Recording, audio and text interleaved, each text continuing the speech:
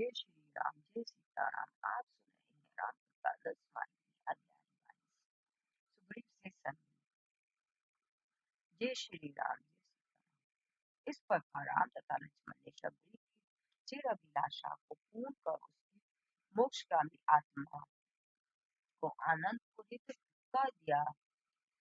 वरदा भक्त शबरी की श्रद्धा व आनंद भक्ति के विषय में वार्तालाप करते हुए सहजात सिंहों के समान राम व लक्ष्मण जंगल में अपनी अग्रिम यात्रा पर चल दिए गति से बढ़ते हुए वे ऋषि पर्वत श्रृंखला पर पहुंच गए। उस पर्वत श्रृंखला के मध्य सुग्रीव अपने मंत्रियों एवं दरबारियों सहित शरणागति रूप में वह वास कर रहा था। सुग्रीव ने दोनों को पर्वतों के समीप देखा और उनकी विलक्षण छवि तथा शक्तिशाली गति देखकर आश्चर्यचकित हो गया। वह कोई दिव्यावतार प्रतीत हो रहे थे। सुग्रीव सदैव अपने निवास स्थान के पास अपरिचित लोगों की खोज में रहता था, क्योंकि उसे अपने बड़े भाई बाली का भय था कि कहीं वे अपने दूध बेचकर उसके वर्तमान ग्रह में भी उसे थोड़ा पीड़ा न पहुंचाए। अतः अपने निवास की और आने वाले सभी मार्गों पर सुग्रीव सदैव ध्यान रखता था। वे आगंतुकों की कांति और ऐश्वर्य को देखकर भयभीत हो गया। वे तत्कालीन ही उन दोनों व्यक्ति तथा उनके उद्देश्य के विषय में जानने को अति आतुर था। अतः उसने हनुमान को अपने पास बुलाकर कहा, नायक, क्या तुमने वे दो तपस्वी व्यक्ति तब देखे कि चित्त भी विलंब मत करो, जा आओ और यह पता लगाओ कि वे दोनों कौन है, कहाँ से आए हैं और इतनी दूर आने का उनका उद्देश्य क्या है। मुझे कौन समाचार लाकर दो, किंतु यदि वह बाली के दूत है तो मुझे संकेत दे देना, मैं इसके लिए देखता रहूंगा। अपना सिर वक्ष स्थल के नीचे झुका लेना, मैं समझ जाऊंगा कि मैं शीघ्र ही यह पर्वत छोड़कर अन्य पर्वत पर प्रबंध कर लूंगा। सुग्रीव ने उसे सभी अनिश्चितताओं का सामना करने के लिए विभिन्न निर्देशों परामर्श दिए। हनुमान शीघ्र आगंतुकों की ओर चल दिए। उनके पास पहुंचने पर वह महान श्रद्धा पूर्वक उनके चरणों पर नतमस्तक हो गए। उन्होंने कहा, हे विद्यमान, आपने मुझ में गहन आश्चर्य व उत्सुकता उत्पन्न कर दी है। आपके मनोरम रूप ने मेरे चित्त को आकर्षित कर लिया है। आप इतने मधुर और भोले वाले हैं, निसंदेह आप साधारण मानव नहीं है। मेरा अनुमान है कि आप पृथ्वी पर अवतीर्ण नारायण के दिव्य युगल है। आप सेवकों अथवा निर्देशकों के बिना ही इन भयानक जंगलों में क्यों घूम रहे हैं? क्या आप मुझे इसका कारण नहीं बताएंगे? हनुमान जी ने अति नर्मता और श्रद्धा पूर्वक यह प्रश्न पूछा। राम ने हनुमान की भक्ति तथा नर्मता की सराहना की। उन्होंने मुस्कुराते हुए उत्तर दिया, हनुमान भी हम अयोध्या के राजा दशरथ के पुत्र हैं। हमने अपने पिता की इच्छा अनुसार ही जंगल में प्रवेश किया है। यह मेरा भाई लक्ष्मण है। मेरा नाम राम है। मेरी पत्नी भी हमारे साथ वनों में आई थी, किंतु जब हम चित्रकूट में वास कर रहे थे तो हम दोनों की अनुपस्थिति का लाभ उठाकर किसी राक्षस ने कुटी से उसका हरण कर लिया। अब हम उसका पता लगाने तथा उसे पुनः प्राप्त करने के लिए उसकी खोज में यहाँ घूम रहे हैं। राम के निवाद रूप में हनुमान से वे सभी तथ्य कह दिए जो कि पर्वत श्रृंखला में उनका आगमन स्पष्ट कर सकते थे। उन्होंने कहा, हाँ, मैंने तुम्हें अपनी कथा सुना दी, अब मैं तुम्हारे विषय में भी जानना चाहूंगा। हनुमान को आभास हो गया कि वे भाई उनके दृष्टिहीन है थे। अतः वह उन्हें आदरपूर्वक श्रद्धांजलि अर्पित करने को पुनः उनके चरणों पर गिर पड़े। वह उठकर उनके एक को खड़े हो गए। उसके नेत्रों में हर्ष और भक्ति के अश्रुओं की अचल धारा प्रभावित थी और वह मूक थे। अंत में साहस एकत्रित कर वो हनुमान ने अति शीघ्र स्वर में कहा, प्रभु मैं मूर्ति हूँ और इसी कारण मैंने आपसे ऐसा क्वेश्चन किया। मेरी दृष्टा एवं मुक्ता को क्षमा करे। हे राजा धीराज, आप मेरी कथा तथा वर्तमान दशा के विषय में ऐसे पूछ रहे हैं मानो आप कोई साधारण प्राणी को और जो बताने पर ही जान सकते हैं। क्या यह न्याय संगत है? आपके द्वारा हम पर पड़े मायावरण के कारण मैं आपके विषय में नहीं जान सका था। स्वामी, आप सर्वशक्तिमान और जो है सब सेवक अपने प्रभु और स्वामी की शब्द कैसे कर सकता है? सभी प्राणी आपकी योजना अनुसार आपके माया जाल में भ्रमित है। मेरी एक घोषणा करने की इच्छा है, इसके साक्षी मेरे प्रभु है। मुझे अपने ईश्वर की उपासना करने के अतिरिक्त अन्य कोई कार्य नहीं आता। जब मैं ईश्वर ही अपने सेवक का पोषण और रक्षण करे तो उसे क्या? वह प्रभु की शक्ति ही सेवक की ढाल है।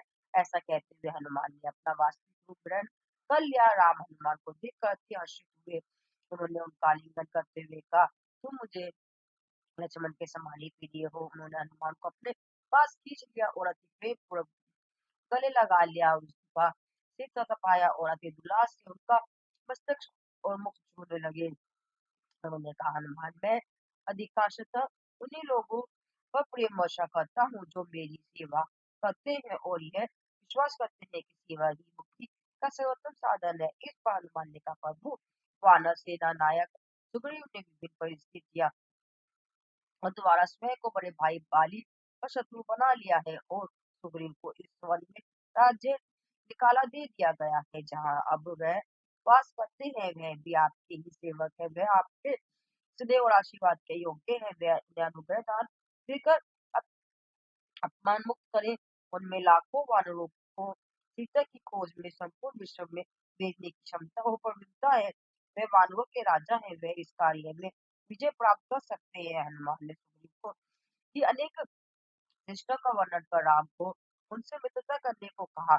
जब राम ने वहां जाने का निश्चय कर लिया तो हनुमान ने उन्हें अपने कंधों पर बैठाकर उस पर्वत चोटी तक ले जाने का प्रस्ताव किया। सुग्रीव ने राम व लक्ष्मण को देखते ही प्रफुल्लित हो उठे। सुग्रीव राम के उस वन में उनके पास आने का कारण समझ गए थे। उन्होंने परस्पर सहानुभूति प्रकट की और एक दूसरे के दुख का अनुभव किया। वह दोनों परस्पर देवी मैत्री के बंधन में बंध गए। सुग्रीव ने राम और लक्ष्मण को साष्टांग प्रणाम कर उन्हें श्रद्धापूर्वक अपनी सत्कार प्रदान किया।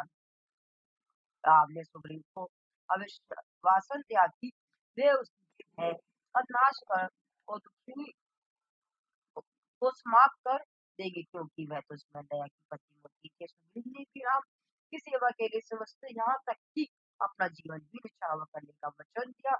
यज्ञ अग्नि को साक्षी बनाकर इस चिर स्थायी मैत्री वचन का अनुष्ठान किया गया, क्योंकि अपनी पति के हृदय में शुद्ध प्रकाश रूप में विद्यमान है। अन्य चेतना में प्रज्वलित अग्नि वचन पर प्रभाव डालने वाली किसी भी संदिग्धता और हठधर्मिता को स्मित कर सकती है। वास्तव में अग्नि रामायण का प्रधान तत्व है। राम का जन्म भी तो यह कुंड से उत्पन्न अग्नि देवता द्वारा लाए गए अमृत से हुआ था। सीता का राम से विवाह अग्नि को साक्षी बनाकर किया गया था। लंका का नाश अग्नि से हुआ था। जब रावण सीता का हरण कर उन्हें लंका ले जा रहा था तो अग्नि में ही सीता तत्व रूपी सत्य धरोहर रूप में रखा गया था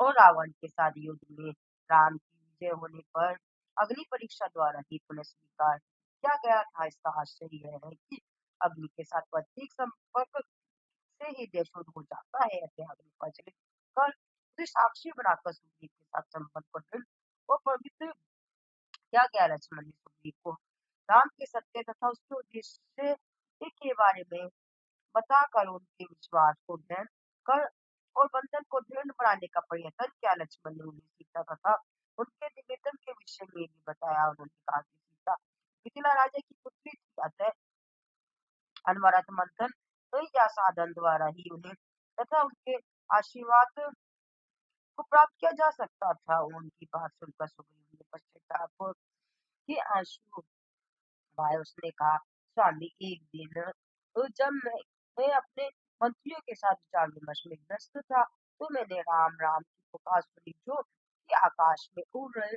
पुष्पक रथ से आ रही थी। जब हम ये अद्भुत दृश्य देख रहे थे तो श्री ने सीता ने ऊपर से एक कपड़े की गठरी हमारे पास फेंकी। यह रतन आभूषणों की गठरी थी, इसलिए हमने इसे सुरक्षित रूप में रख लिया।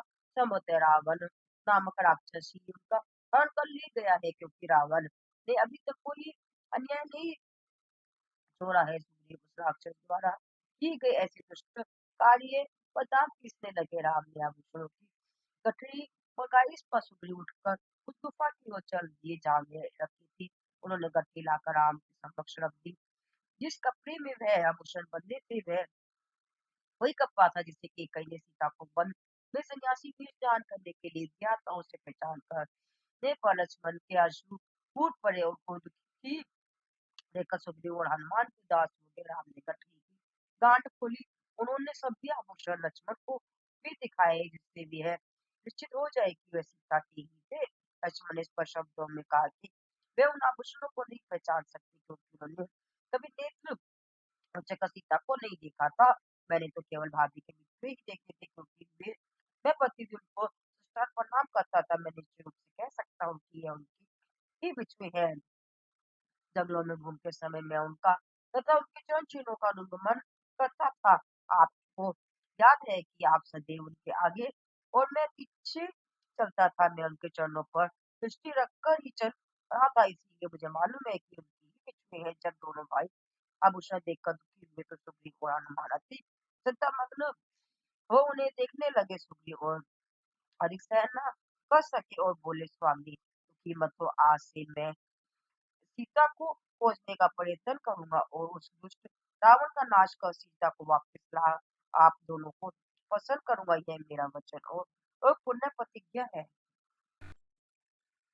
इस प्रतिज्ञा पर राम ने महान संतोष व्यक्त किया।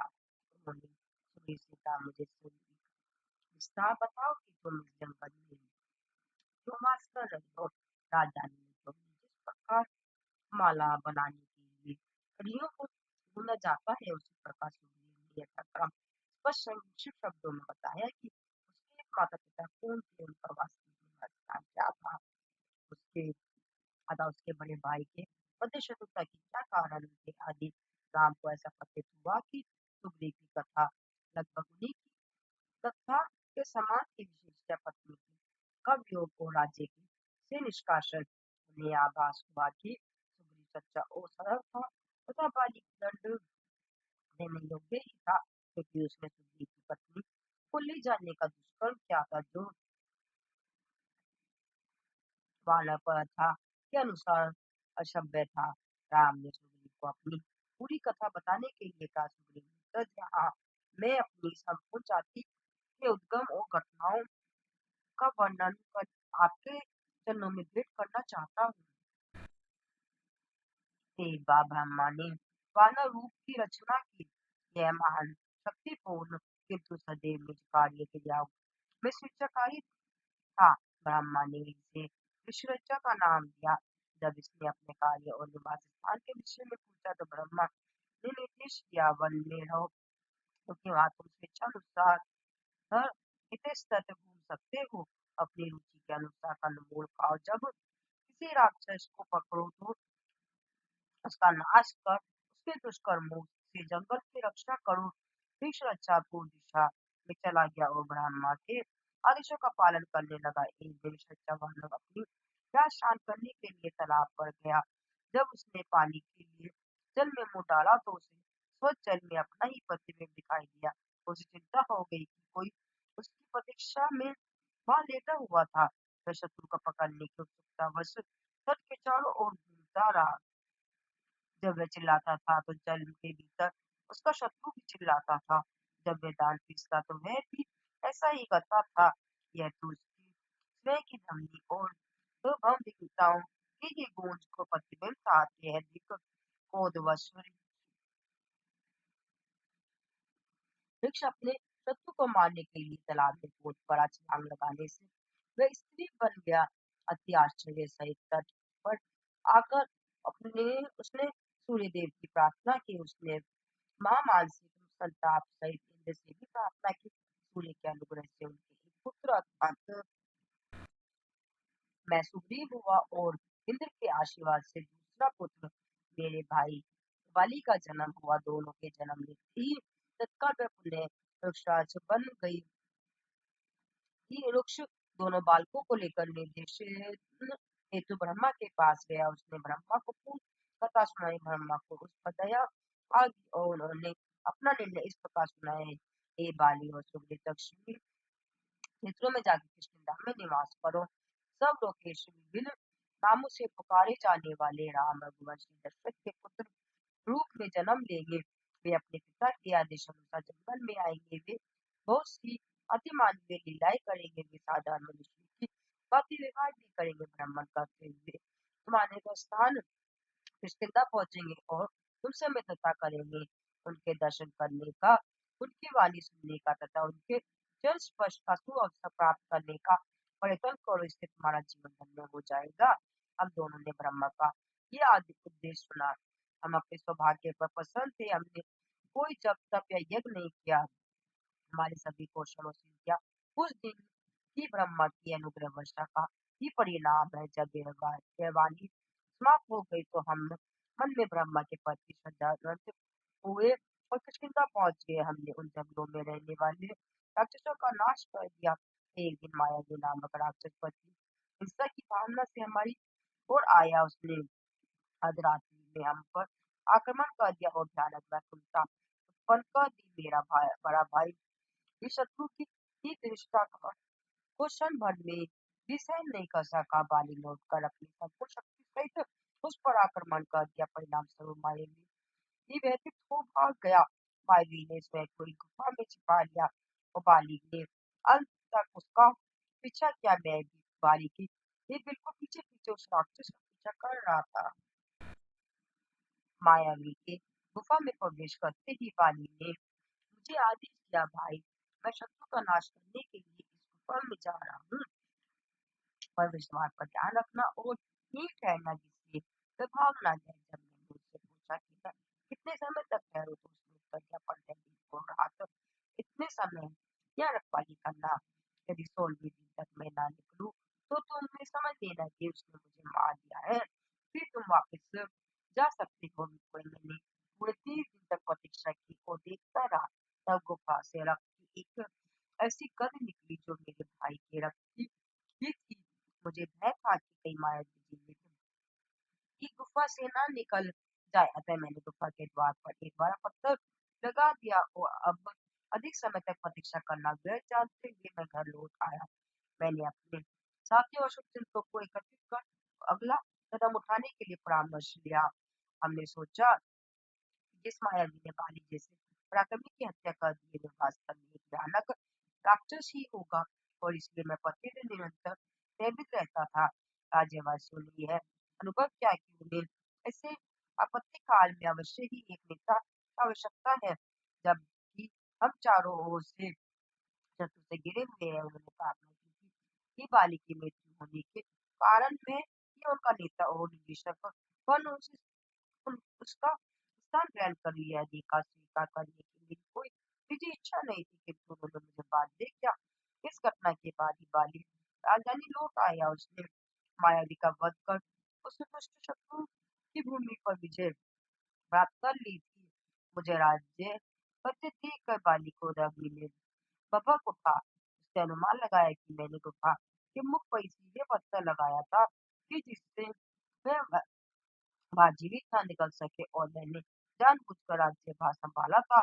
उसने मुझसे इसका बदला लेने का निश्चय किया। उसने मुझसे अशोभनीय व्यवहार करना तथा छोटी छोटी से छोटी ही त्रुटि या दोष पर मुझे कलंकित करना आरंभ कर दिया। उसने मुझे सभी अधिकारों और पदों से वंचित करना आरंभ कर दिया और मुझे ऐसी दृष्टि से देखने लगा मानो मैं उसके परिवार में से उसे भी तुच्छ था। उसने मुझे घर से निकालने का वो विवश किया। उसने मेरी पत्नी को अपने संरक्षण में ले लिया। एक दिन उसने मुझे नष्ट करने का निश्चय कर अति क्रूरतापूर्वक मुझसे युद्ध किया। मैं उसके पराक्रम का सामना न कर सका था। मैंने किष्किंधा से निकल कर यहाँ आश्रय लिया। बाली ने घोषणा की कि मुझे सहयोग देने वाले या मेरे मित्र भी वहां न ठहरे, इसलिए वे सभी मेरे साथ यहाँ आ गए।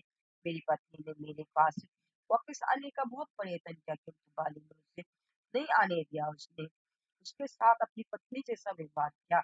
जब सुग्रीव अपनी दुखद कहानी सुना रहे थे तो उनके नेत्रों में आंसू बह रहे थे। राम ने उन्हें सांत्वना दी और उनके दुख परिस्थिति के प्रति सहानुभूति प्रकट की। उन्होंने अनुशासन दिया कि वे उसकी रक्षा करेंगे और पढ़ाइयों से उन्हें बचाएंगे।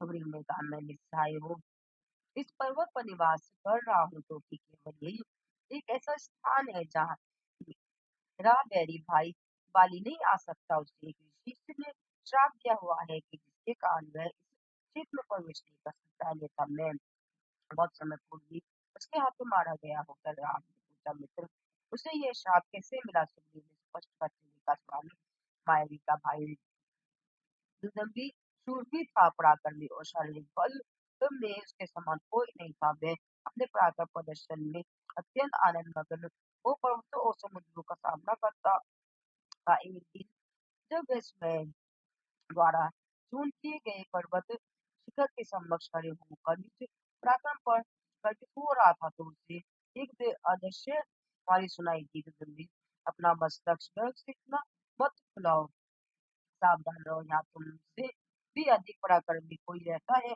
जो कि नायक बनकर अपनी शक्ति प्रदर्शित करता हुआ पंपा सरोवर के तट पर घूम रहा है। उसका नाम है बाली। यह वचन सुनते ही युद्धवीर ने समय को भयानक वैसे के रूप में पर्वत की तल लिया और किष्किंधा की ओर भागा। जब पंपा सरोवर स्थित है उसने अपनी की अनंत शक्ति पर गर्वित हो अपने सिंगों से भूमि खोद कर पर्वत कंदराओं में मार्ग बनाया। पृथ्वी पर उसका क्रोध प्रचंड होता गया और चारों ओर उसका भय फैल गया। जब उसने भूमि पर अपने सिंह मारे तो वृक्ष निर्मूल को मैदान में गिर पड़े। उसकी उग्रता से सबके हृदय कांप उठे। किष्किंधा पर आक्रमण करने के लिए वह उसी प्रकार बढ़ा जिस प्रकार राव चंद्रमा को गश्ती के लिए बढ़ता है। बाली ने उसे देखा और तत्क्षण ही उस पर आक्रमण कर दिया। दो विचित्र शत्रु विजय के लिए ऐसे युद्ध कर रही थे मानो दो जंगली हाथी द्वंद्व में भिड़े हों। 6 घंटे से भी अधिक समय तक युद्ध होता रहा। अंत में बाली ने नबी को प्राण नाशक गुस्सा मारा। वह पीड़ा से कराहता हुआ प्राण त्याग कर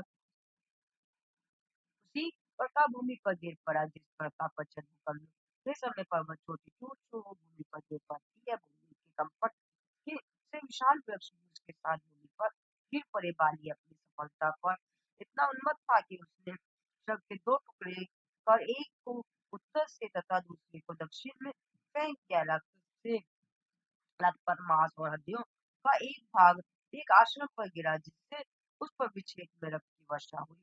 इससे तपस्या तथा वेद पाठ में शांति पूर्वक सनक तपस्वी अशुद्ध हो गए।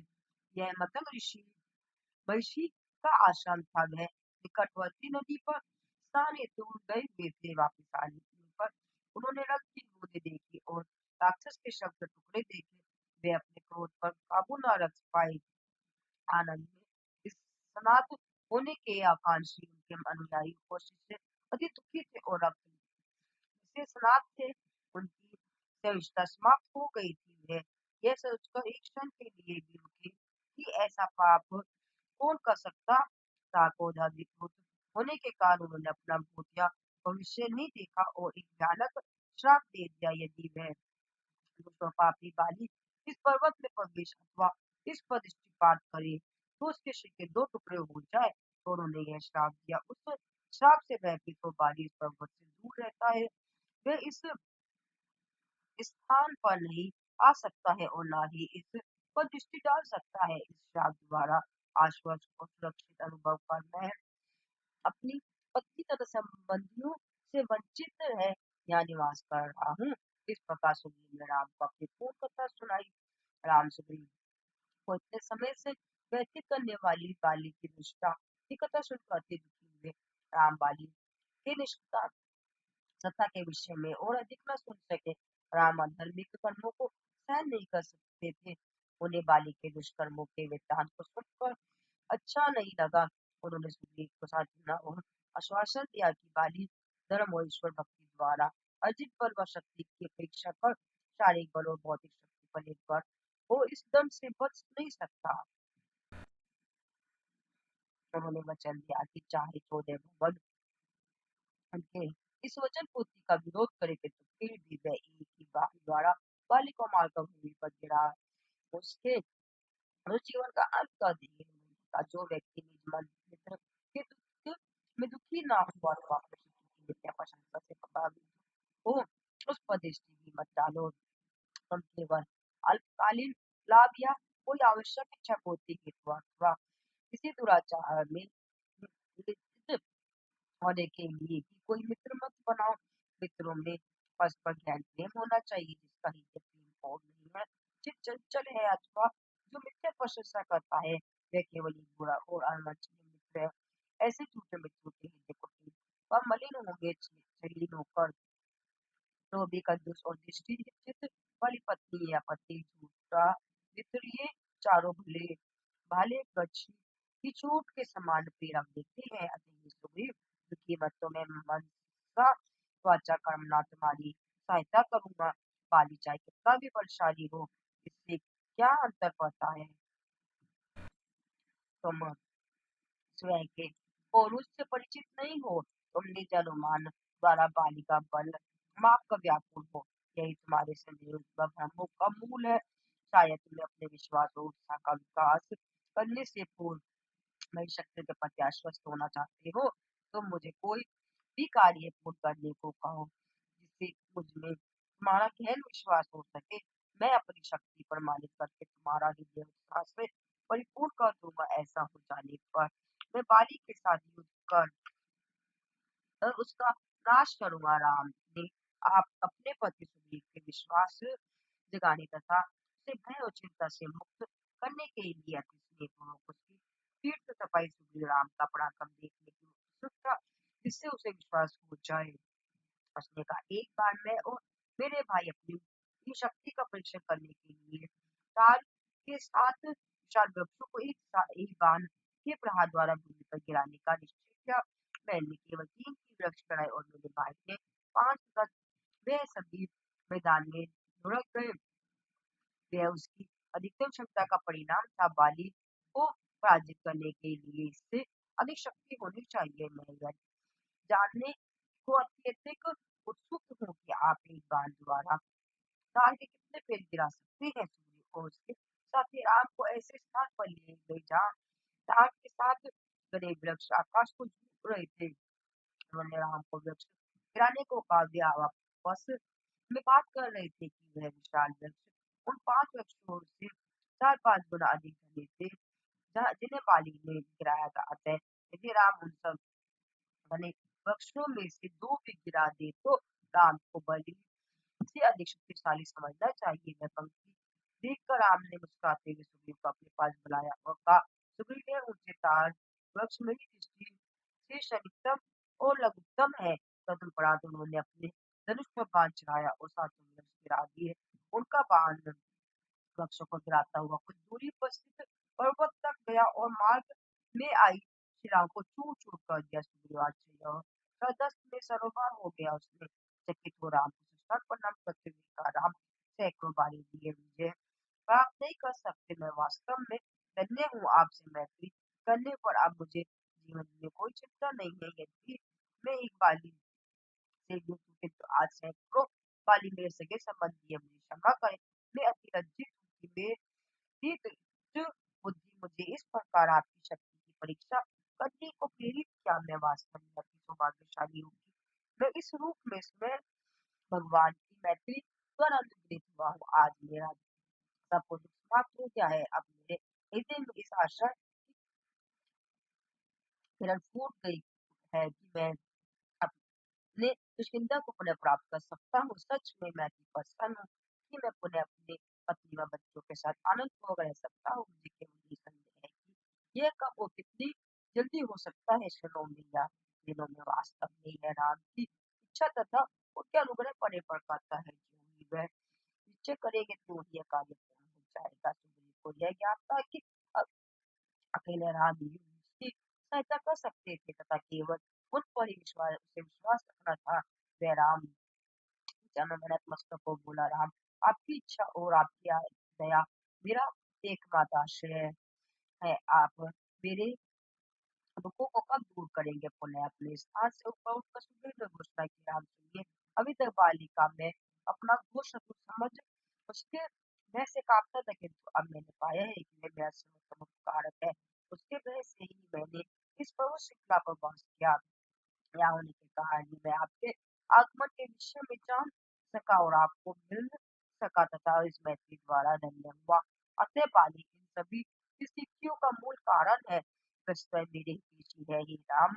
हम स्वप्न में भी दूसरे व्यक्तियों से युद्ध करते हैं, हम उससे अत्यधिक कृपा करते हैं, घृणा करते हैं, हम उसे नष्ट करने के लिए सभी उपाय करते हैं, किंतु जो ही हम जागृत को बिस्तर से उठते हैं, तो ही हमें ज्ञात होता है कि वह घृणा और युद्ध मिथ्या और व्यर्थ है। आपके दर्शन ने मुझे स्वप्न से जागृत कर दिया है। उस स्वप्न में मैंने बाली से घृणा की और उसकी सभी क्रिया को अपने प्रति वैरी समझा तथा अज्ञानतावश उनसे युद्ध किया। अब मैंने आपके दर्शन किए तथा आपके उपदेश सुनकर नवमति हो अपने स्वप्न से जागृत हो गया हूँ। आपके पवित्र चरणों के स्पर्श मात्र ने ही मुझे सत्य दृष्टि प्रदान की है। मेरी चिर संचित घृणा और ईर्ष्या, लोभ तथा अहंकार वाली के प्रति मेरी वैर भावना तथा प्रतिहिंसा की योजनाओं ने मुझे दिन प्रतिदिन क्षुणोत्तर बना दिया है। मैं तो तत्व फिर से अपना पुराना बदला निकालने के लिए अवसर की खोज में था। यह तो तपस्या थी जिसने मुझे आपका अनुग्रह प्रदान किया। मैंने आपके को प्राप्त किया तो मेरा दुख तप माना गया, मेरा क्रोध प्रेम में परिवर्तित हो गया। प्रभु मुझे आशीर्वाद दो, मुझ पर अनुग्रह वर्षा करो, मुझे पुनः स्वराज्य प्राप्त करने की कोई इच्छा शेष नहीं है।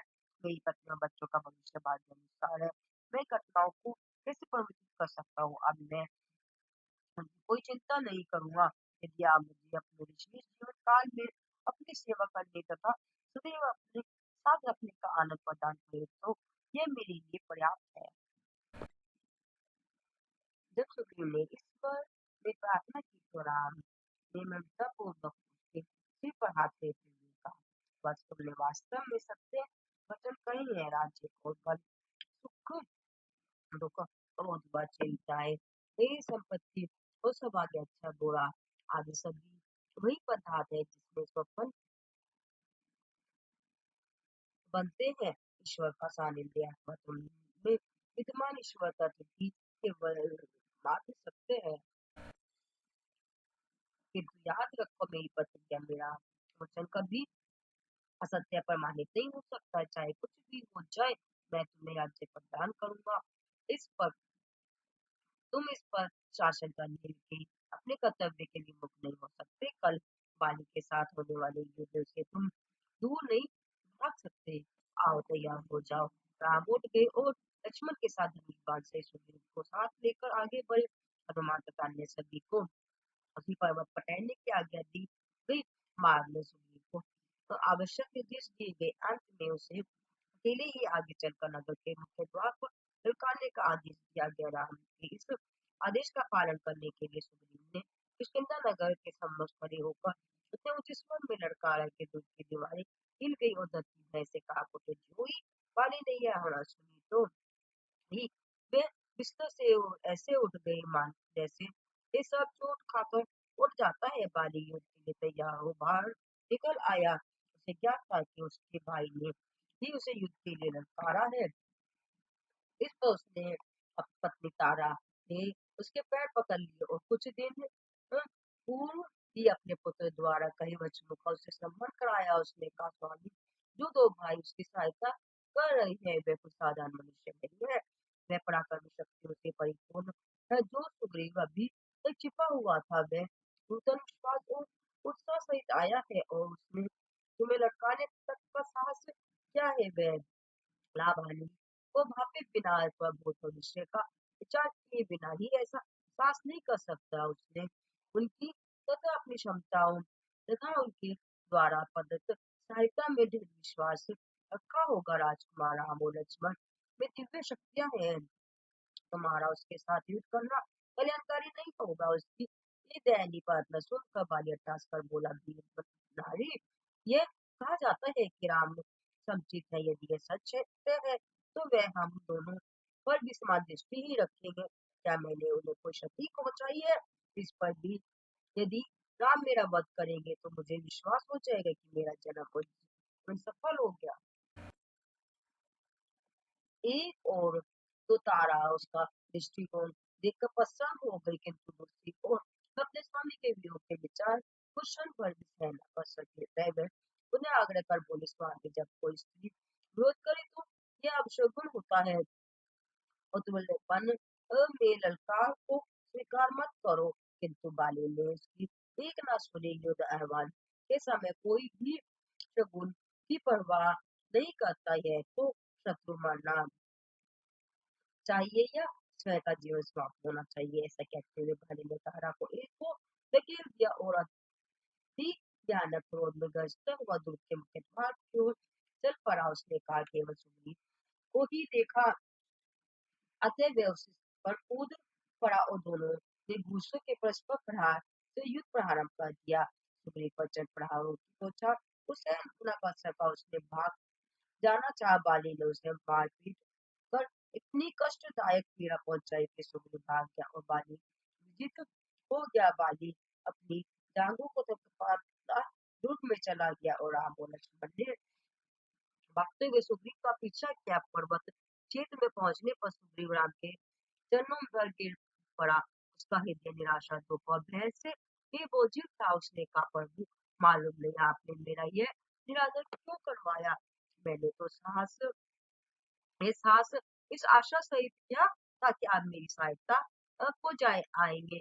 मैं उस क्षण तक प्रतीक्षा कर रहा था कि आप कब आपका वान बालिका वध कर उसे समाप्त कर देगा, किंतु वह अवसर नहीं आया। न्याय को मैं उसके उसे सहन नहीं कर सका, अतः जीवन रक्षा के लिए मुझे पीठ मोड़कर भागने का लज्जापूर्ण कार्य करना पड़ा। मेरा भाई पराक्रमी मुझसे आज है, मैं उसके प्राण सहन करने में असमर्थ था। राम मुझे सात्वना देते हुए कहा, सुग्रीव दुखी मत हो, इसका कारण सुनो। तुम दोनों परस्पर एक समान अपवर्तक तथा आकृति और कार्यों में इतने समान हो कि मैं उस पर ठीक निशाना नहीं लगा सका। इन शब्दों का गहन अर्थ था, उनका अर्थ था कि बाली भी उनके चरणों के प्रति श्रद्धालु था। वह भी मेरा उपासक है। मेरे अनुग्रह के लिए तुमने जितनी याचना की है उतनी ही उसने भी की है, किंतु सुग्रीव इस घोषणा के बुराद को न समझ सका। उसने प्रार्थना की, सर्वज्ञानी होने पर भी क्या आप यह नहीं जान सकते थे कि कौन बाली है और कौन सुग्रीव? मैं आपके वचनों में विश्वास नहीं कर सकता। मैं आपकी असमर्थता का कारण नहीं जानता। शायद आप मेरी क्षमता का परीक्षण करवाना चाहते थे। यदि आपको यही विचार था तो मैं प्रारंभ से ही इसका ध्यान रखता। वास्तव में यह हुआ कि मुझे अति विश्वास था कि आप उसका नाश कर देंगे, इसलिए मैंने अपनी श्रद्धापूर्वक युद्ध किया। राम ने निराश हुआ, उत्साही सुग्रीव को अपने समीप बुलाकर अनेक प्रकार से सांत्वना प्रदान की। उन्होंने सुग्रीव पर अपना दिव्य हस्त रखा, जिससे उसकी समस्त पीड़ा क्षण भर में दूर हो गई। गाँव और चोट पल भर में ही ठीक होकर सुग्रीव ने अति आश्चर्यचकित होकर, राम आपका हस्त सर्वस्व प्राप्त कर सकता है, इसमें सब कुछ निहित है। सृष्टि पालन और संहार ये तीनों ही आपकी इच्छा अनुसार होते हैं। इस राज्य पर शासन करने की मुझे कोई इच्छा नहीं है। आपके अनुग्रह द्वारा प्रदत्त प्रदत्त आनंद की तुलना में ये आनंद नगण्य है। राम ने उसके वचनों पर ध्यान नहीं दिया। उन्होंने कहा, तुम्हारे ये शब्द विचार पर वाह, ये प्रतिबिंब है मेरी की शक्ति और ऐश्वर्य के दर्शन जब तुमने किए तो उसी प्रकार ये वचन कहे। मैं इन्हें अधिक महत्व नहीं देता, क्योंकि मैं इनकी अपेक्षा हृदय में उत्पन्न भावना पर अधिक ध्यान देता हूँ। ऐसे अनेक महान भक्त हैं जो ईश्वर की कीरा और परम शक्ति की अनुभूति करने पर समझते भूल जाते हैं कि यह विश्वास करते हैं कि ईश्वर से महान अन्य कुछ नहीं है, किंतु कुछ समय पश्चात अथवा उनकी आकांक्षा फलदायक न होने पर वह अपनी अनुभूति या देखते हुए में संदेह करते हैं। यही वह आवरण है जो किसी विश्वास वालों के हृदय में सत्य को दूषित कर देते हैं। मैं जानता हूँ कि ये सब कैसे होता है, अतः मैं इन भावनाओं को अधिक महत्व नहीं देता। तुम्हें एक बार और अपने भाई का सामना करने को तैयार रहना है। इस प्रकार राम ने सुग्रीव को युद्ध के लिए बाध्य किया। सुग्रीव की युद्ध करने की कोई इच्छा नहीं थी, किंतु उसे विश्वास था कि एक बार राम अपने वचन पर दृढ़ रहेंगे और बाली का वध करेंगे। वह विश्वास सहित साहस पूर्वक चल पड़ा। राम ने कुछ जंगली फूलों की माला बनाकर सुग्रीव के गले में पहना दी। राम का तात्पर्य था कि बाली ने तारा को पहले ही यह बता दिया था कि राम सभी को समदृष्टि से देखते हैं। इस समदृष्टि ने ही उन्हें बाली का वध करने से रोका। जब अब मैंने यह दिखाने के लिए उसके गले में फूलों की माला पहनाई है कि सुग्रीव के प्रति मेरा प्रेम अधिक है, तो इस प्रकार मैं न्यायपूर्वक बाली के साथ भिन्न व्यवहार कर सकता हूँ। सुग्रीव के पास विशेष माला ये संकेत देती थी कि उसने दिव्य प्रेम चिन्ह पहन रखा है। प्रेम को प्रभावित होने के लिए किसी कारण की आवश्यकता नहीं होती है, किसी स्वार्थ भावना से उद्युक्त नहीं होता। इस प्रकार प्रोत्साहित कर सुग्रीव को राम व लक्ष्मण ने बाली के दुर्ग पर पुनः आगमन करने को कहा। राम और लक्ष्मण निकट के एक वृक्ष के पीछे छिप गए। जब यह युद्ध के लिए उत्सुक वाली बाहर निकला तथा इसके परिणाम स्वरूप जब पृथ्वी का पुत्र सुग्रीव भयभीत हो गया, उसने राम से सहायता शीघ्र ही वहां आने के लिए हार्दिक प्रार्थना की और अपने शत्रु से मिलने को आगे बढ़ गया। अपनी योग्यता को सिद्ध करने के लिए उसने एक पूर्ण सामर्थ्य अनुसार युद्ध किया। जब उसकी शक्ति समाप्त होने लगी तो उसमें थकान का प्रभाव चिन्ह प्रथम चिन्ह परिलक्षित हुआ, तो उसने केवल एक बार ही पुकारा, राम। राम का प्रिय कार्य निज भक्तों की रक्षा करना। अतः यह पुकार सुनते ही राम ने पतंजक पर बाण चढ़ाकर सीधा बाली के गर्वित हृदय में मारा। बाली को मूर्छा आ गई और वह निस्सहाय हो वह भूमि पर गिर पड़ा।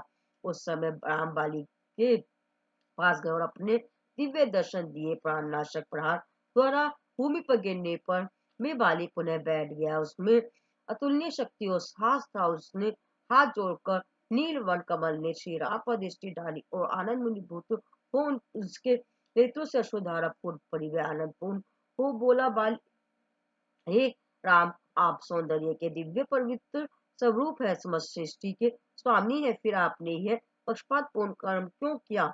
यदि आप मुझे बताकर मारते तो मैं महान हर्ष सहित इसे स्वीकार कर लेता। सुग्रीव ने जो आपका उपकार किया मैं वह करने से इनकार करता नहीं है, कारण के बिना नहीं हो सकता, क्योंकि ईश्वर का कोई भी कर्म निष्ठय नहीं होता है।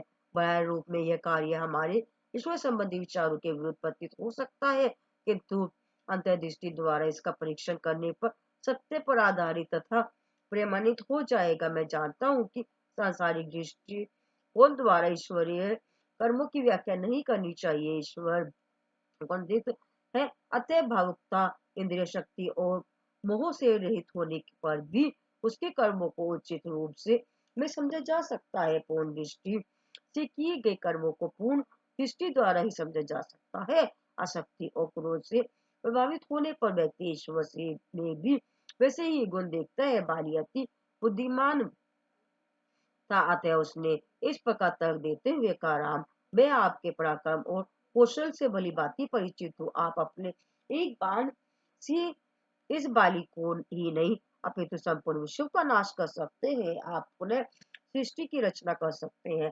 फिर भी मैं ये जानना चाहता हूँ कि आपने मुझे मेरे किस अपराध का दंड दिया है? कृपया मेरा दोष बताइए। क्या आप धर्म की पुनः स्थापना हेतु पृथ्वी पर मानव देह दान कर नहीं आए हैं? फिर मेरा वध करने के लिए एक साधारण शिकारी की भांति पेड़ के पीछे छिपने का क्या अभिप्राय और उद्देश्य है? राम अति अनुग्रह पूर्वक मरणासन्न बाली के पास बैठ गए और बोले, तुम्हें ज्ञात है कि मेरे कार्य सर्वथा प्रेरित नहीं होते। तुम अपनी यह गलत धारणा छोड़ दो कि मैंने तुम्हें सोता सीता का पता लगाने के लिए सुग्रीव के से मैत्री की है, क्योंकि तुमने स्वयं ही अभी यह कहा है कि मैंने धर्म की पुनर्स्थापना हेतु पृथ्वी पर मानव रूप धारण किया है। अब मुझे बताओ कि यदि तुम्हारे अनुचित अन्यायपूर्वक और दुष्कर्मों को केवल देखता हूँ तो तुम से क्या कहोगे? विश्व का उपकार या आपका धर्म या अधर्म, भाभी बहन और बहू, ये तीनों पृथ्वी के समान होती है। इस पर कुदृष्टि डालने से मनुष्य घोर पापी बन जाता है। इसे ऐसे पापी को मारने से दोष नहीं लगता। तुमने यह सत्य अनुमान कैसे लगाया कि सुग्रीव ने तुम्हारी हत्या करने की को विचार से गुफा में प्रवेश द्वार को बंद कर दिया था। तुमने कहा था कि तुम अधिक से अधिक 15 दिन तक बाहर निकल आओगे और तुमने तब तक सुग्रीव से गुफा के प्रवेश द्वार पर प्रतीक्षा करने को कहा था। वह पूरे 1 मास तक अति व्याकुलता पूर्वक तुम्हारी प्रतीक्षा करता रहा। अंत में जब उसे रक्त की गंध आने लगी तो उसे बहुत दुख हुआ कि उसका भाई राक्षस के हाथों मारा गया। वह गुफा में जाने से डर रहा था क्योंकि जिस दैत्य ने तुमको मारा दिया उसका सामना वह संदेह नहीं कर सकता था। उसने तो इस विचार से गुफा के मुख पर विशाल पत्थर लगाया था कि जिससे वह राक्षस उस गुफा से बाहर न निकल सके और वही बंद रहे। नागरिकों ने सुग्रीव को शासन संभालने को बाध्य किया और उसे उनकी इच्छा पूर्ति करनी पड़ी। ऐसा करने में सुग्रीव ने क्या पाप किया है? तुमने पूछताछ नहीं की। उसने तुम्हारे आदेश व निर्देशों का तनिक भी उल्लंघन नहीं किया क्योंकि वह तुमसे प्रेम करता है और तुम्हें हरा सा आदर करता है। वह केवल मात्र सत्य पथ पर वो अडिग रहता है किंतु तुमने ये बिना किसी कारण ही उसके प्रति अपने हृदय में अनेक प्रतिहात्मक भावना एकत्रित की है। तुमने अपने अहंकार के कारण उसे जंगल में भेज दिया लेकिन जब तुमने उसे भेजा तो उसकी पत्नी को भी उसके साथ भेजना चाहिए था। इसके स्थान पर तुमने उसकी पत्नी के साथ निज पत्नी के समान व्यवहार किया जबकि उसे निज पुत्री सदस्य रखना चाहिए था। क्या तुम इसे पाप नहीं कहते? इससे घोर अन्याय कोई पाप नहीं है। इसके अतिरिक्त तुम्हें इस राज्य के शासक का पद प्राप्त था। तुम्हें प्रजा की रक्षा और पोषण करना है। जब तुम स्वयं ही दोषपूर्ण हो तो दूसरे अपराधियों को कैसे दंड दे सकते हो? कहावत है यथा राजा तथा प्रजा। जैसा राजा ऐसी प्रजा अतः जो तुमने किया वह अत्यंत जघन्य और निंदनीय है। इनमें कोई संदेह नहीं है। इस प्रकार राम ने अपने अपरिमित प्रेम और सहित बाली को उसके अपराध और दोष स्पष्ट कर दिए। बाली ने अति ध्यानपूर्वक सुना और फिर उस पर विचार किया। अंत में उसने अपनी भूल अनुभव की और कहा, स्वामी मेरी चतुराई आपसे मेरे कर्मों को उचित कहलवाने में असफल हो गई है। अब सुनिए, मैं निर्दोष हूँ। यदि मैं पापी होता तो मैं स्वयं भगवान द्वारा छोड़े गए बाण से नहीं मारा जाता और मैं अपने अंतिम समय में दिव्य मुख के दर्शन और स्वामी के मधुर वचन नहीं सुन पाता। राम बाली के ऐसे महान ज्ञान युक्त तथा प्रेम एवं भक्ति हर्ष और श्रद्धा पूर्वक वचन सुनकर अति प्रसन्न हुए। तत्पश्चात राम ने बाली को हार्दिक त्याग भावना की घोषणा संपूर्ण विश्व के समक्ष करनी चाहिए। उन्होंने कहा, बाली मैं तुम्हें पुनः जीवन दान दे रहा हूँ। तुम्हें वह अवस्था नहीं प्राप्त होगी। आओ पुनः अपना शरीर प्राप्त करो। उन्होंने बाली के सिर पर हाथ रखा। जब वे उसे यह आशीर्वाद दे रहे थे तो उसी समय बाली ने प्रार्थना की, हे दया सागर मेरी विनती सुनिए। चाहे मनुष्य आजीवन कितना ही यत्न करे किंतु अंतिम समय में मृत्यु से वह बच नहीं सकता। उस क्षण तो ऋषि मुनियों तक की जिह्वा पर आपका नाम नहीं आता किंतु यहाँ आपका नाम लेकर आपके दर्शन कर आपके चरण स्पर्श कर तथा आपके वचनों का श्रवण कर मुझे अलौकिक सौभाग्य प्राप्त हुआ। यदि मैं इस अवसर का दुरुपयोग कर इसे गवा दूं तो क्या मालूम फिर मुझे इसके लिए कितनी परीक्षा करनी पड़े। अब जीवित रहने पर मुझे इससे महान अन्य क्या अ, उपलब्धि होगी। नहीं, अब मुझे जीने की कोई इच्छा नहीं है। स्वामी, यहाँ तक कि सर्व ज्ञाता स्रोत वेदों में भी आपको नेति नेति कहा गया है। इस प्रकार अंतर्गत घोषित कर देते हैं कि आप यह है उस यह को मैंने ग्रहण कर लिया है। क्या मैं इसे छोड़ दूं? क्या इस संसार में कोई ऐसा मूर्ख है जो जंगली घास फूस को पाने के लिए उस दिव्य कल्प वृक्ष को त्याग देगा? स्वयं ब्रह्मणि के मानसिक संकल्प द्वारा उत्पन्न शारीरिक बल एवं तीक्ष्ण बुद्धि ही संपन्न तथा इन गुणों के कारण प्रसिद्ध वाली शरीर को सत्य और अमूल्य समझकर उसे दहन के रहने की इच्छा नहीं करे करेगा। नहीं, ऐसा करने में अपयश का भागी बन जाऊंगा। जब आत्म संतोष ही नहीं है तो अन्य प्रकार की संतुष्टि का क्या लाभ? स्वामी, आपके दर्शन और संभाषण के फलस्वरूप मेरी सभी दैत्य एवं भेदभाव की भावना समाप्त हो गई है। मुझे आदित्य दृष्टि प्राप्त हुई है। मेरे पापों का जितना परिणाम था वह आज नष्ट हो गया है। इस परिणाम से बोझिल देह को भी इसके साथ ही नष्ट होने दे। इस भार को वहन करने के लिए दूसरा शरीर मत प्रदान करे। बाली ने अपने प्राण त्यागने का निश्चय घोषित कर दिया और अपने पुत्र को पास बुलाकर कहा, अभी तक यह इस शरीर का कमंडन पुत्र था। यह शक्तिशाली गुरुमान नरम और आज्ञाकारी है। अब मेरी इच्छा है कि आप अपने स्नेह पात्र पुत्र के रूप में इसका पोषण करें। मैंने ऐसे आपको हाथों में सौंप दिया है।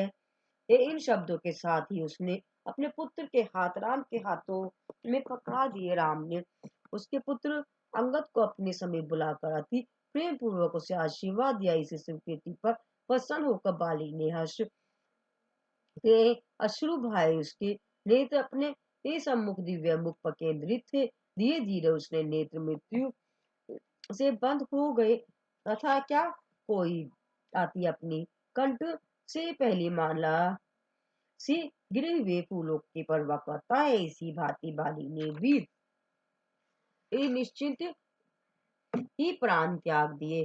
पंपानगर के निवासियों ने जब बाली की मृत्यु का दुखद समाचार सुना तो वे भी सभी शोकपूर्ण समूह में एकत्रित हो गए। उसकी पत्नी तारा अपनी दासी सहित वहां आई। वह उस मृतक देह पर गिरकर अचेत हो गई। तारा ने के मतभेदी विलाप को सुनकर पत्थर भी उसके प्रति सहानुभूति में पिघल गए। जब वह कभी कभी सचेत होती तो अपने स्वामी के दुख को देखकर मान शोकग्रस्त हो रुदन करने लगी। मैंने आपको रोकने के लिए अनेक आग्रह किए और विवाद भी किए, किंतु आप इस दुर्भाग्य की ओर दौरे। पत्नी सदैव अपने स्वामी की रक्षा और प्रसन्नता के प्रति सतर्क होती है। पति के लिए पत्नी से अधिक कोई अन्य उसका शुभ काशी नहीं होता। अन्य लोग चाहे कितने भी श्रेष्ठ हो, किंतु उनके द्वारा प्रदत्त परामर्श में किंचित मात्र अहंकार अवश्य होता है। स्वामी ने याद के खेल में के कारण मेरा परामर्श पर बल नहीं रहा। स्वामी, मैं इस पुत्र का पालन पोषण कैसे करूंगी जिन्होंने आपकी हत्या की है? क्या वे आपके पुत्र की को क्षति नहीं पहुंचाएंगे? अब हमारा निर्देशन कौन करेगा? आपका हृदय हमें छोड़कर परलोक में जाने को कैसे सहमत हो गया? ये मैं यह शेष जीवन किसके लिए व्यतीत करूं?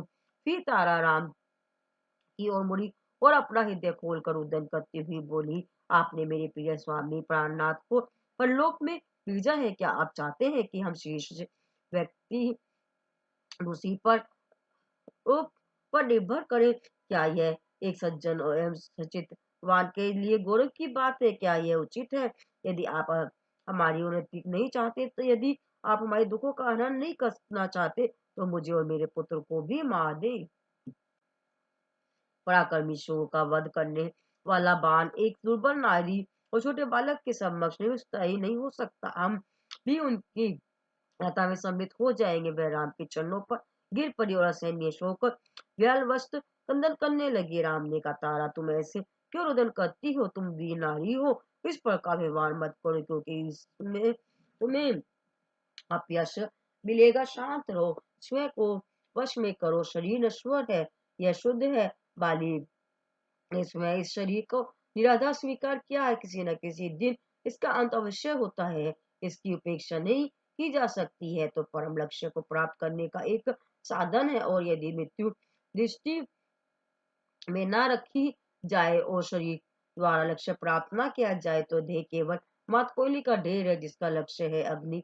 बाली के शरीर के लिए विलाप करना मूर्खता है, क्योंकि यह तो केवल देह है। क्या तुम उस आत्मा के लिए रुदन कर रही हो जो इस शरीर में थी? वह आत्मा शाश्वत है, यह ना तो मरती है, ना नष्ट होती है, ना न्यून होती है और ना ही पृथक होती है। जिन्होंने तत्व की अनुभूति नहीं की है, केवल वही इस भ्रम में पड़ते हैं कि ये स्वयं शरीर है। अब तब तक अति विद्वान भी उसी भ्रम में पड़े रहते थे। शरीर को सत्य समझकर उसमें ये अनुरुक्त होना अज्ञानता है। आत्मा जो तुम वास्तव में हो, इसके प्रति सचेत रहना ज्ञान है। आत्मज्ञान होने का सौभाग्य प्राप्त होना मिट्टी में रतन पानी के समान अमूल्य है। आत्मा इस मास में लिपटा हुआ रहता है। शरीर में मल मूत्र दुर्गंध और दूषित रक्त होता है। यह रोगों और समस्याओं से ग्रस्त रहता है। इसके नाश को रोका नहीं जा सकता, एक दिन इसका नाश अवश्य होना है। शरीर द्वारा प्राप्त उपलब्धियां ही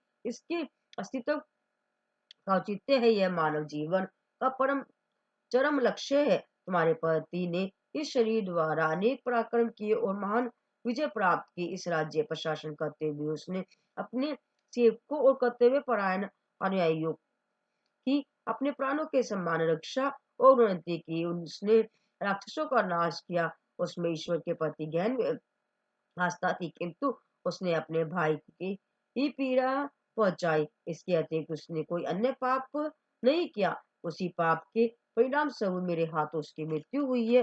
अतः विश्वास करो कि यह पाप भी समाप्त हो गया। अब तुम्हें शोक करने का कोई कारण नहीं है। जब तारा ने सातवना संतोषपूर्वक वचन सुने तो उसमें ज्ञान उदित हो गया और वह शांत हो गई। राम ने कहा कि अब और विलंब नहीं करना चाहिए। उन्होंने तारा से कहा कि वह वापिस जाकर सुग्रीव द्वारा बाली का दाह संस्कार आदि करवाए। उन्होंने सुग्रीव को अंगद का प्रेम पूर्वक पालन पोषण करने का उपदेश दिया। संसार समर्पण होने पर उन्होंने लक्ष्मण को राजधानी में भेजा और सुग्रीव का राज्य सिंहासन पर प्रतिष्ठापित किया। हनुमान तथा अन्य लोगों ने नगर में प्रवेश किया और शासन कार्य को सफलता पूर्वक चलाने में सुग्रीव की मित्रों एवं अनुयायियों के रूप में सहायता की। शासन सूत्र संभालने पर सुग्रीव ने राज्य के गुरुजनों और नेताओं की सभा बुलाई। उसने उन्हें सीता का पता लगाने के लिए सभी उचित प्रबंध करने का आदेश दिया और इसके लिए सभी आवश्यक कदम उठाने को कहा। सुग्रीव शासन बनने तथा उस उत्तरदायित्व से सम्मानित होने में प्रसन्न नहीं था, कि अपितु वह उदास और दुखी था, क्योंकि वही उस अपने भाई की हत्या का कारण था। आए मनुष्य क्रोधवश घोर पाप क्यों प्रेरित होता है? यह घृणा उत्पन्न करता है और प्रेम को नष्ट करता है। मेरे लिए यह अति लज्जाप्रद है। मैं इतना शुद्ध था कि मुझ में क्रोध और घृणा ने जन्म लिया। बाली द्वारा राम के प्रति श्रद्धा पूर्वक वचन सुनकर मेरा हृदय स्तब्ध हो गया। मैंने स्वप्न में भी नहीं सोचा था कि बाली में इतनी महान श्रद्धा और भक्ति है। वहां उसका ज्ञान अनंत है। वह भयंकर क्रोधवश अपना यह ज्ञान अभिव्यक्त करने में असमर्थ था। हाँ, क्रोध जीवन का नाश की ओर ले जाता है। इन विचारों से विभिन्न होने पर भी सुग्रीव ने लक्ष्मण से शासन संबंधी निर्देश लिए। उसने राम से प्रार्थना की कि वह नगर में पधार कर उसे तथा उसकी प्रजा को आशीर्वाद दे, किंतु राम ने कहा कि उन्हें तो केवल वन में ही रहना था और किसी प्रकार नगर या शहर में उनका प्रवेश वर्जित था। यह उनके पिता की इच्छा का उल्लंघन होगा। सुग्रीव ने नेताओं को एक सम्मेलन बुलाकर उसमें घोषित किया कि पतझड़ ऋतु समाप्त होने के कारण वर्षा ऋतु निकट थी और मानव दल की क्षति और तूफान में इधर उधर घूमने में कठिनाइता होती। अतः उसने उन्हें सलाह दी कि पतझड़ समाप्त होते ही वह सीता की खोज करने में जुट जाए। उसने यह सूचना राम और लक्ष्मण को भी भेज दी। राम ने इस कथन को वास्तविकता को अनुभव किया और प्रस्ताव स्वीकार कर लिया। दोनों भाई ऋषिमुख पर्वत पर चले और वहां वास करने लगे। क्या वर्षा शीघ्र ही समाप्त हो आरंभ हो गई। वर्षा हर स्थान पर ऐसे पड़ी जैसे आकाश में घरे काली हो गई हो। लक्ष्मण के लिए यथा समय कंद मूल लाना भी कठिन हो गई। वह आश्रम से बाहर न निकल सके। सूर्य प्रकाश दुर्लभ हो गया था। राम ने लक्ष्मण को अमूल्य उपदेश देकर समय व्यतीत किया। उन्होंने कहा, लक्ष्मण, जब किसी घोर पाप का जन्म होता है तो नैतिकता का धीरे धीरे ह्रास होता है। बवंडर आरंभ होने पर मेघ भय से कांपते हैं। दुर्जनों की संगति ज्ञान के लोभ का आरंभ है। सज्जनों की संगति ज्ञान को बढ़ाती है। इस प्रकार उन्होंने ज्ञान तथा उसकी उपलब्धि से संबंधित विषय सीखते और सिखाते हुए अपना समय व्यतीत किया। ये था श्री राम तरस वाहिनी का अध्याय 22 सुग्रीव से संधि। बोलो जय श्री राम, जय श्री